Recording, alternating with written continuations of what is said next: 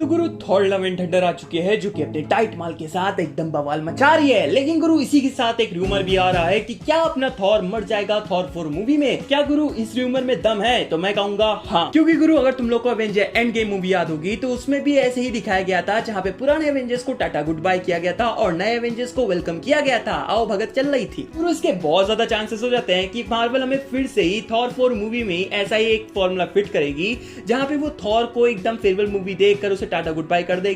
और mighty Thor के लिए आगे के दरवाजे खोल देगी। क्योंकि गुरु ये बात भी सच है कि एक मैन में 2 तलवारें नहीं रह सकती, और वैसे ये बात भी सच है कि एक थॉर मूवी में 2 थॉर नहीं रह सकते। लेकिन गुरु चिंता मत करो, एज अ थॉर फैन मैंने भी एक थ्योरी बना रखी है, मार्वल थॉर को बिना ही मारे माइटी थॉर के लिए आगे के रास्ते खोल सकता है। तो गुरु मेरे थ्योरी की स्टार्टिंग होती है गॉड द गॉड बुच्चर से, जो कि बिना ही किसी बकचोदी के साथ सारी देवताओं को पेल रहा होता है, और फिर गॉड बिना ही किसी देरी के साथ अपने डार्क डीमंस को ओलंपस पे भेज देता है, जहाँ पे डार्क डीमन अपना ही कहर बरसा देते हैं। अब ये सब देखकर थॉर, माइटी थॉर और वेलकरी ये तीनों ही डार्क डीमन से लड़ने में बिजी हो जाते हैं। तो गुरु अगली सीन में हमें ये दिखाया जाता है कि जो जूस हैं वो अभी भी थरकबाजी में कंप्लीटली डूबे हुए हैं, और वो अभी भी गौर को एकदम हल्के में ले रहे हैं, जहाँ वो गौर को देखकर सीधा अपना थंडरबोल्ट गौर के ऊपर दे ही मारते हैं। यहाँ पे इसी के जवाब में गौर अपनी फुल्ली पोटेंशियल शक्ति के साथ अपना नेक्रोसॉर्ड दे मारता है, जहां पे एकदम टकरार होती है, जूस और गौर के बीच में एकदम घमासान युद्ध होता है, जहां ऑब्वियसली थरकबाजी और गौर को हल्के लेने की वजह से जूस एकदम कमजोर पड़ जाता है, और इसी मौके का फायदा उठाकर गौर जूस को एकदम घायल कर देता है, और बहुत बुरी तरह से घायल करता है। ऑब्वियसली गौर इस मौके को देखकर जूस को मारने ही वाला होता है, वहीं पे थॉर आ जाता है और अपने बाइफोर्स शक्ति के साथ गौर और अपने आप को टेलीपोर्ट कर देता है किसी और प्लेनेट। यहाँ पे गौर पूरी तरह से गुस्सा आ जाता है और थॉर पे अपना नेक्रोसॉर्ड दे मारता है, जहाँ पे इसी के जवाब में थॉर भी अपना स्टॉर्म ब्रेकर थे मारता है और एकदम घमासान टकरार होती है, और फिर हमें थॉर वर्सेस गॉर की एकदम लेजेंडरी फाइट देखने को मिलती है। लेकिन गुरु यहाँ पे गॉर को एक एडवांटेज होता है, क्योंकि इतनी सारी लड़ाइयों के बाद गॉर को बहुत ज्यादा अनुभव हो जाता है, और एक टाइप से जितने भी देवताओं को उसने मारा है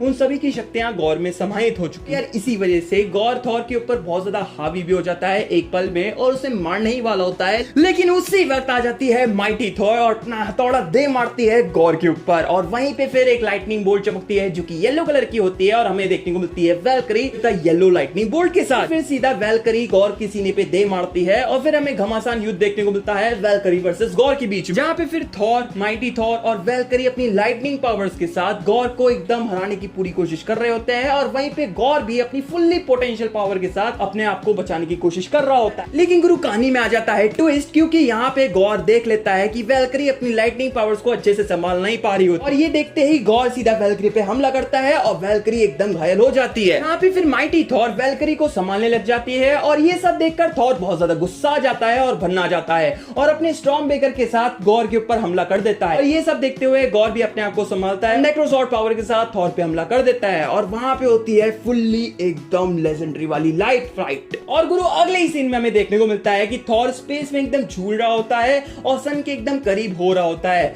और जैसे ही वो सन के बहुत ज्यादा करीब जाता है तो वहीं पे आ जाती है बकरियां, और वो थॉर को सीधा बचाकर ओलंपिया ले आती। और जहां अगले ही सीन में थॉर अपनी आंखों को खोलता है और अपने लोगों को देखकर बहुत ज्यादा खुश हो जाता है, और बोलता है कि गौर का क्या हुआ। फिर गुरु माइटी थॉर बताती है कि जब गौर और तुम्हारे बीच में लड़ाई हो रही, वहां पे बहुत ज्यादा लाइट हो गई, जिसकी वजह से तुम तो स्पेस में झूल रहे थे और गौर भी वहां पे गायब हो चुका। तो गुरु वहीं पे वेलकरी भी मौके का फायदा उठाकर गौर को ये बोल देती है कि तुम्हें यहीं पे रुकना पड़ेगा, जहां फिर थॉर वेलकरी से पूछता है कि क्यों। वेलकरी थॉर को ये बताती है कि ज्यूस ने जैसे उसके साथ एक सौदेबाजी करी थी, जिसके तहत ज्यूस अपना लाइटनिंग बोल्ट वेलकरी को देंगे थॉर की मदद करने के लिए, जिसके बाद थॉर को ज्यूस की और ओलंपस की रक्षा करनी पड़ेगी। जहां ये सुनते ही थॉर मना कर देता है। फिर जहां वेलकरी थॉर को ये समझाती है कि अगर गॉड ने ओलंपस पे फिर से अटैक कर तो वो सारी देवताओं को मार देगा और बहुत ज्यादा शक्तिशाली बन जाएगा, और फिर उसको हरा पाना बहुत ज्यादा मुश्किल हो जाए। जब थॉर वेलकरी की सारी बातों को समझ जाता है तो वो इस बात से एग्री कर देता है कि हाँ वो ओलंपस की रक्षा करे, और फिर एंडिंग में वेलकरी और माइटी थॉर वापस से अर्थ चले जाती है, थॉर ओलंपस पे रह जाता है। यहीं पे मेरी फैन थ्योरी एंड हो जाती है। तो गुरु मैं पहले बता दे रहा हूँ, ये कोई ऑफिशियल थ्योरी नहीं थी, ये बस मेरी एक फैन थ्योरी है, जहां मैंने ये बताने की कोशिश करी है कि कैसे मार्वल थॉर को बिना ही माइटी थॉर के लिए आगे के दरवाजे खोल सकती है, और हम सभी फैंस के अंदर ये उम्मीद हमेशा रहेगी कि आगे हमें एमसीयू में थॉर हमें देखने को मिलेगा।